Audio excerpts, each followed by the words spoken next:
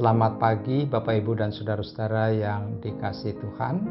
Pagi ini kita jumpa kembali di dalam doa pagi online GKI Samanhudi hari Selasa tanggal 6 Juli 2021. Saudara-saudara, kita akan merenungkan sebagian dari firman Tuhan yang diambil dari surat Yakobus pasal 5 ayat 7 sampai dengan ayatnya yang ke-12. Sebelum kita merenungkan firman Tuhan, mari kita satu di dalam doa. Terima kasih ya Tuhan untuk setiap anugerah yang boleh kami nikmati dalam perjalanan hidup kami sampai dengan pagi hari ini. Kami boleh melewati hari-hari kami walaupun tidak selalu mudah, bahkan kami melewatinya di tengah berbagai pergumulan. Namun ketika kami malam dapat tidur dengan baik dan pagi ini bangun dengan kesegaran yang baru, maka itulah bukti bahwa pemeliharaan Tuhan tidak pernah usai. Engkau selalu memberikan hari yang baru dan kesempatan yang baru untuk kami nikmati di dalam anugerah kehidupan yang Tuhan nyatakan dalam setiap kami. Pagi ini kami rindu untuk disapa oleh firman Tuhan, maka bersabdalah ya Tuhan dan terangilah jalan hidup kami dengan firman-Mu, sehingga kami boleh terus berada di jalan Tuhan dan hidup seturut dengan kehendak Tuhan. Kami berdoa di dalam nama Kristus, dan di dalamnya kami pun mengucap syukur. Amin. Saudara-saudara, pembacaan firman Tuhan diambil dari surat Yakobus pasal 5 ayat 7 sampai dengan 12, dan saya akan membacakan untuk kita semua. Demikian dikatakan di dalam firman-Nya. Karena itu, saudara-saudara, bersabarlah sampai kepada kedatangan Tuhan. Sesungguhnya petani menantikan hasil yang berharga dari tanahnya, dan ia sabar sampai telah turun hujan musim gugur dan hujan musim semi. Kamu juga harus bersabar dan harus meneguhkan hatimu, karena kedatangan Tuhan sudah dekat.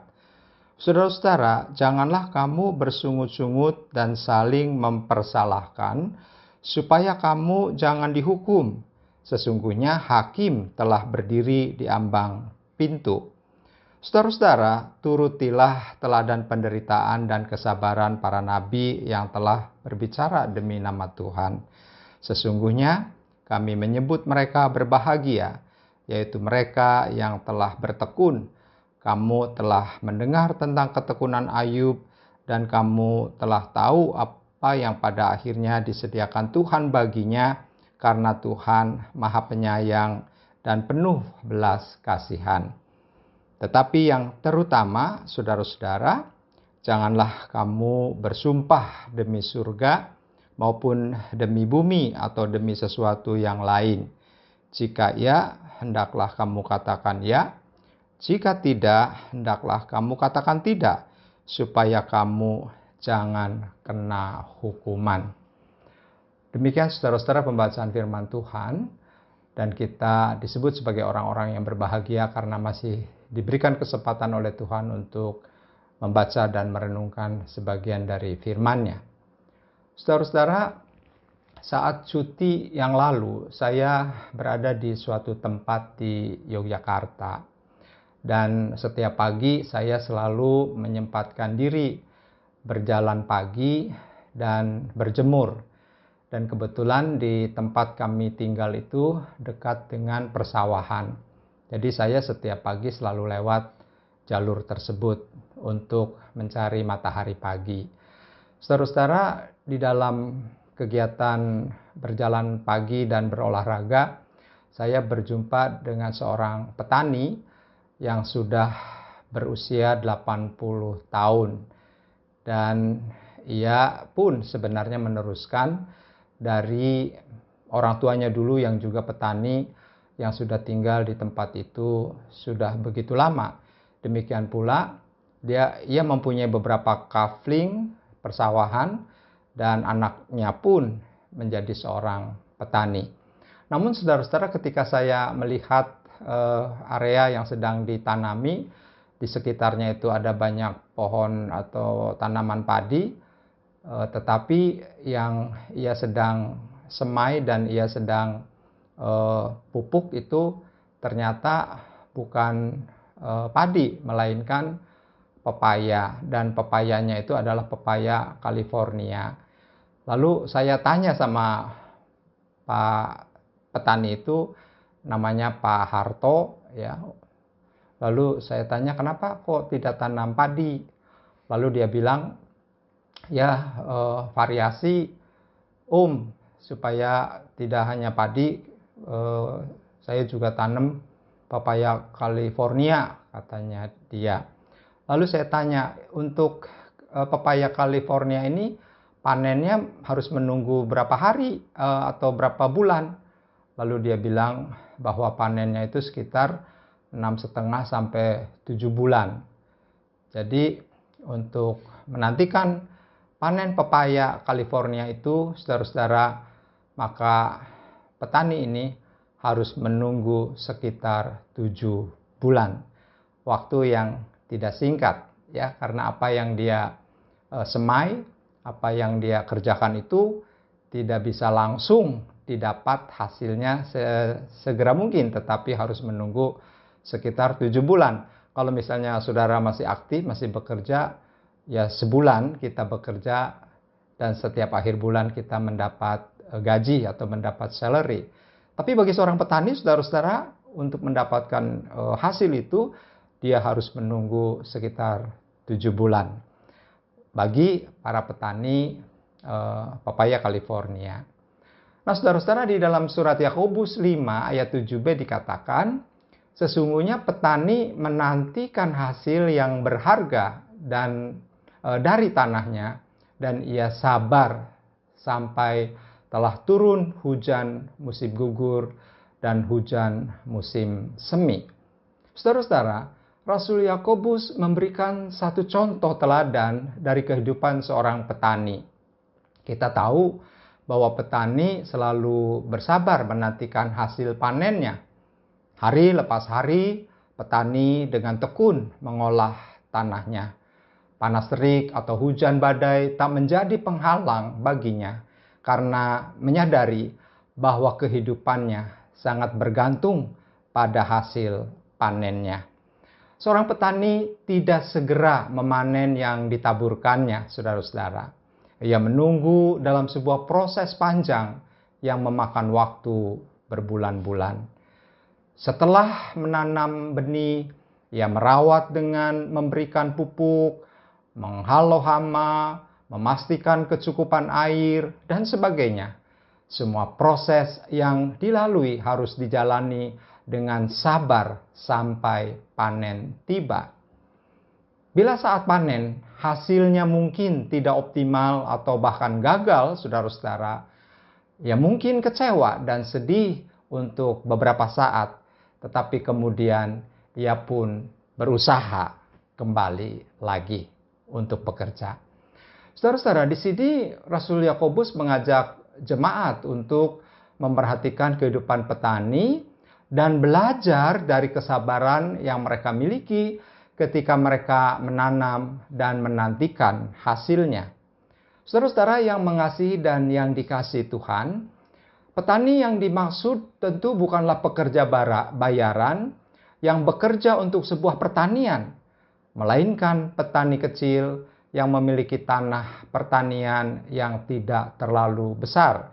Misalnya contoh, ketika saya berjumpa dengan Pak Harto, petani yang sudah usia 80 tahun itu, dia bilang itu adalah warisan dari orang tuanya, dan satu petak itu sekitar 1000 meter persegi, ya, yang ia tanami biasanya padi lalu diganti dengan pepaya California itu, saudara. Jadi dia petani kecil. Nah, petani kecil ini biasanya menanam tanamannya dengan hati-hati dan penuh pengharapan untuk panen. Kehidupan keluarga seorang petani sangat tergantung pada hasil panen. Jadi, petani selalu mengharapkan sesuatu masa depan yang sesuai dengan harapan. Ia adalah orang yang sangat mengerti betapa berharganya hasil panen tersebut, sehingga ia perlu melatih kesabarannya apapun yang terjadi. Ia sabar menunggu dengan mata pengharapan bahwa suatu waktu akan datang masa panen. Penantian tersebut, saudara-saudara, akan terus berlangsung hingga hujan awal dan hujan akhir. Kalau kita tadi membaca di dalam ayat 7 disebutkan hujan musim gugur dan hujan musim semi. Maka sesungguhnya yang dimaksud dari ayat ini saudara adalah hujan awal dan hujan akhir. Nah itu misalnya kita temukan misalnya kalau kita membaca dalam Ulangan 11 ayat 4, Yoel 2 ayat 23 maupun Hosea 6 ayat 3. Di situ tentang iklim yaitu hujan awal dan hujan akhir. Sebagaimana yang dimaksudkan juga oleh penulis dari surat Yakobus ini. Hujan awal datang pada saat yang menabur, sedangkan hujan akhir datang pada saat mau panen. Saudara-saudara, saat-saat ini atau belakangan ini, banyak orang Kristen yang mudah mengeluh, mudah bersungut-sungut dan putus asa karena merasa tidak kuat lagi menghadapi pergumulan hidup. Apalagi saudara sekarang dengan pandemi COVID-19 yang juga belum selesai, bahkan semakin merambah, saudara-saudara, semakin menakutkan dan semakin mengkhawatirkan. Sementara dengan PPKM darurat yang dilakukan misalnya, pasti banyak orang juga mengalami dampak itu dari sisi ekonomi, dari sisi usaha, saudara-saudara, dari segi pendapatan, begitu ya. Pasti saudara-saudara ketika harus menunggu beberapa hari di dalam menahan diri untuk tidak beraktivitas sebagaimana kita biasanya di masa normal, maka saudara seringkali itu juga menimbulkan sungut-sungut, seringkali menimbulkan putus asa, apalagi kalau kita terpapar ya, dan sementara rumah sakit atau tempat penampungan atau tempat pengobatan COVID-19 ini juga penuh sehingga sarana tidak terpenuhi, maka saudara-saudara itu membuat kita semakin berat dalam menghadapi pergumulan ketika kita terpapar COVID-19 ini. Nah saudara-saudara, sebagai anak-anak Tuhan, maka kita dipanggil untuk kita tidak larut di dalam keputusasaan. Karena itu Rasul Yakobus menasihati kita agar kita tetap bersabar dan bertekun meskipun berada di dalam kesesakan. Saudara-saudara, kata bersabar disampaikan sebanyak 4 kali dan kata bertekun ditulis sebanyak 2 kali. Hal ini menunjukkan bahwa bersabar dan bertekun adalah 2 karakter penting yang harus menjadi bagian hidup orang percaya apapun dan bagaimanapun situasi yang sedang kita alami. Sampai kapan? Saudara-saudara, pertanyaannya adalah sampai kapan orang percaya harus bersabar menghadapi penderitaan dan pencobaan? Sampai hari kedatangan Tuhan atau sampai kematian atau saat kita dipanggil pulang oleh Tuhan. Jadi itulah titik akhirnya, yaitu sampai pada waktu Tuhan datang kembali pada kedatangan yang kedua kali, atau sampai Tuhan memanggil kita, Tuhan datang untuk menjemput kita di dalam kemuliaan surgawi melalui kematian. Saudara-saudara yang dikasihi Tuhan, pesan menanti kedatangan Tuhan dan sabar mengandung nuansa tetap bekerja. Jadi orang sabar itu bukan berarti pasif, ya. Seperti para petani, saudara-saudara yang menunggu panen, mereka tetap bekerja dan mengolah tanah, memberi pupuk, begitu ya. Tidak berarti begitu menanam lalu selesai. Enggak, saudara.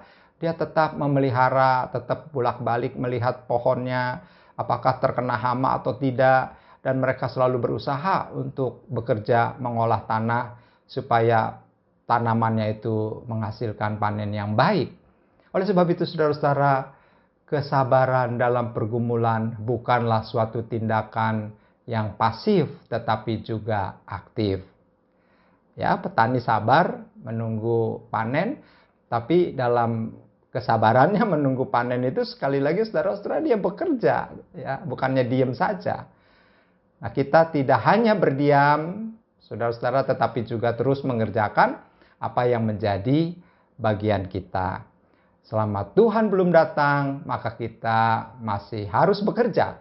Sebab pada bagian lain, Paulus menulis ya, atau bahkan menegur jemaat Tesalonika yang menjadi pasif karena kekeliruan memahami konsep kedatangan Tuhan yang sudah dekat. Akibatnya, mereka menjadi pasif dan tidak bekerja. Kita temukan dalam teks misalnya 2 Tesalonika 3 ayat 10 sampai dengan 11. Saudara-saudara yang dikasihi Tuhan, ada bagian lain dari bacaan kita yaitu ayat 11, dikatakan bahwa sesungguhnya mereka berbahagia. Siapa yang berbahagia? Siapa yang berbahagia, saudara? Yaitu mereka yang telah bertekun. Kita diajak, saudara-saudara, melalui ayat ini juga untuk belajar dari ketekunan Ayub yang pada akhirnya disediakan Tuhan baginya. Hidupnya kemudian dipulihkan karena Tuhan Maha Penyayang dan penuh belas kasihan. Ayub, salah satu tokoh kitab suci yang disebutkan Yakobus sebagai teladan ketekunan, saudara-saudara. Sebab Ayub memiliki banyak catatan kepahitan kepada Allah. Jadi kalau kita baca kitab Ayub, sesungguhnya Ayub itu mengalami banyak kepahitan kepada Allah, banyak pertanyaan kepada Tuhan dengan penderitaan yang ia alami. Itu kita temukan di dalam misalnya Ayub 7 ayat 11 sampai dengan 16, pasal 10 ayat 18 maupun juga misalnya di pasal 23 ayat yang kedua. Namun saudara-saudara, kalau tahu ucapan Ayub ataupun mungkin dia juga menampakkan kepahitan-kepahitan melalui ucapannya itu, saudara, ucapan terhadap penderitaannya itu, saudara-saudara, sesungguhnya itu adalah buah dari pergumulan imannya kepada Allah. Bukan keluhan dan tangisan orang yang kehilangan iman. Jadi berbeda, saudara, orang yang mengeluh oleh karena dia kehilangan iman begitu ya, dengan orang yang mengucapkan satu kata ya ataupun beberapa kata tentang penderitaannya, maka sesungguhnya itu adalah sebuah pergumulan iman kepada Allah. Jadi apa yang Ayub katakan yang dicontohkan oleh Rasul Yakobus ini adalah ketika Ayub sedang menyatakan pergumulan imannya kepada Allah. Sekali lagi bukan keluhan atau tangisan sebagaimana yang terjadi di tengah kehidupan orang yang kehilangan iman. Ayub tidak pernah kehilangan iman walaupun dia mengalami banyak kepahitan oleh karena penderitaan hidupnya, saudara. Saudara-saudara, sehingga ketika kita melihat kehidupan akhir dari Ayub adalah di mana Allah pada akhirnya memulihkan keadaan Ayub baik dari sisi kesehatan, keluarga maupun harta bendanya. Saudara-saudara yang dikasihi dan yang mengasihi Kristus, bertahan dalam pencobaan pada dirinya sendiri adalah berkat Tuhan. Jadi kalau kita bisa bertahan, saudara, di dalam pencobaan, dalam penderitaan, itu adalah berkat Tuhan. Maka orang-orang percaya atau orang-orang Kristen atau disebut sebagai pengikut Kristus yang bergumul dalam penderitaan tidak boleh hanya memiliki pengharapan akan sesuatu yang akan diterima di akhir, saudara, tetapi juga melihat bahwa penderitaan itu sendiri menghasilkan ketekunan dan kedewasaan pada saat ini, pada saat kita mengalami penderitaan itu sendiri. Ketekunan ini bisa dikaitkan dengan sikap sabar, dan sabar adalah membutuhkan proses yang panjang. Sabar berarti menjalani setiap proses kehidupan. Saudara-saudara, kita percaya bahwa Allah turut bekerja, turut berkarya dalam seluruh proses kehidupan umatnya. Tugas saudara-saudara dan saya adalah berupaya semampu kita untuk memelihara iman dengan bertekun dan bersabar dalam tiap pergumulan, apapun pergumulan kita. Dalam ketekunan dan kesabaran, kita terus menantikan kedatangan Tuhan Yesus kembali. Kiranya Tuhan menolong kita. Amin. Saudara-saudara, mari kita menutup doa pagi ini dengan berdoa. Mari kita berdoa. Terima kasih ya Tuhan untuk firman yang kembali mengingatkan kepada kami bahwa kami dipanggil untuk terus bertekun, untuk terus bersabar dalam menjalani hidup sebagai orang-orang percaya. Ketika kami menghadapi berbagai pergumulan dan tekanan hidup yang sangat kuat, bahkan kami tidak berdaya dibuatnya. Sebagaimana sekarang sedang terjadi dengan pandemi COVID-19 yang juga belum berakhir. Tuhan, Engkau mendengar ada banyak jeritan dari saudara-saudara kami yang sudah lelah menghadapi pandemi ini. Baik mereka yang terdampak langsung, terpapar dengan COVID-19 dan mereka sakit, bahkan tidak bisa ditampung di rumah sakit, yang harus menjalani isolasi mandiri, yang harus berupaya untuk keluar dari kemelut pergumulan yang berat ini. Tuhan, biarlah Engkau terus memberikan kepada mereka kesabaran dan ketekunan, untuk mereka terus menantikan pertolongan Tuhan di tengah berbagai pergumulan yang sedang mereka alami. Dan pada saat ini Tuhan, kami juga berdoa untuk pemerintah, untuk setiap pemangku kebijakan yang menerapkan PPKM darurat untuk seluruh Pulau Jawa dan Bali.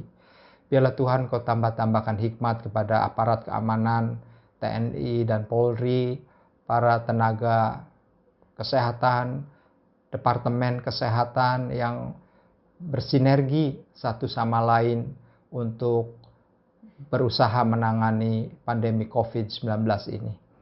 Tuhan, dengarkanlah seruan setiap kami. Tolonglah kami ya Tuhan, untuk kami keluar dari kemelut ini. Untuk kami boleh dibebaskan dan dimampukan ketika kami mengatasi berbagai pergumulan. Kami terus dimampukan oleh Tuhan untuk kami dapat melewati semuanya itu. Sehingga kami dapat melewati bukan karena kekuatan kami, tetapi karena pertolongan Tuhan sendiri. Kami berdoa bagi mereka yang sakit, Tuhan jamah dan Tuhan sembuhkan dalam kuasa dan berkat-Mu, sehingga mereka pun boleh tetap tidak kehilangan pengharapan, terus sabar dan bertekun untuk menantikan kesembuhan yang membutuhkan waktu yang tidak sedikit. Mereka yang isolasi mandiri maupun isolasi di tempat-tempat pemulihan di Wisma Atlet dan di berbagai tempat rumah sakit, mereka harus terputus hubungan secara fisik dengan keluarga. Biarlah Tuhan, Engkau kuatkan mereka dan hiburkan mereka dimanapun mereka berada. Kami serahkan segenap kehidupan kami dan juga aktivitas kami sepanjang hari ini, baik kami yang bekerja di kantor maupun yang di rumah, maupun kami yang sudah purna tugas, yang menjalani hari-hari kami di usia indah, usia yang sudah Tuhan berikan kepada kami sampai hari ini. Tuhan, terima kasih untuk segala kebaikan dan kemurahan-Mu. Kami serahkan seluruh hidup kami dalam kuasa pemeliharaan-Mu. Di dalam nama Tuhan Yesus kami berdoa dan kami menyerahkan seluruh hidup kami. Terpujilah nama-Mu ya Tuhan Yesus dari sekarang sampai selama-lamanya. Amin. Selamat pagi saudara-saudara, Tuhan memberkati. Bagi Bapak Ibu yang memiliki pergumulan khusus dan ingin didoakan, bisa menghubungi rekan-rekan pendeta di nomor berikut.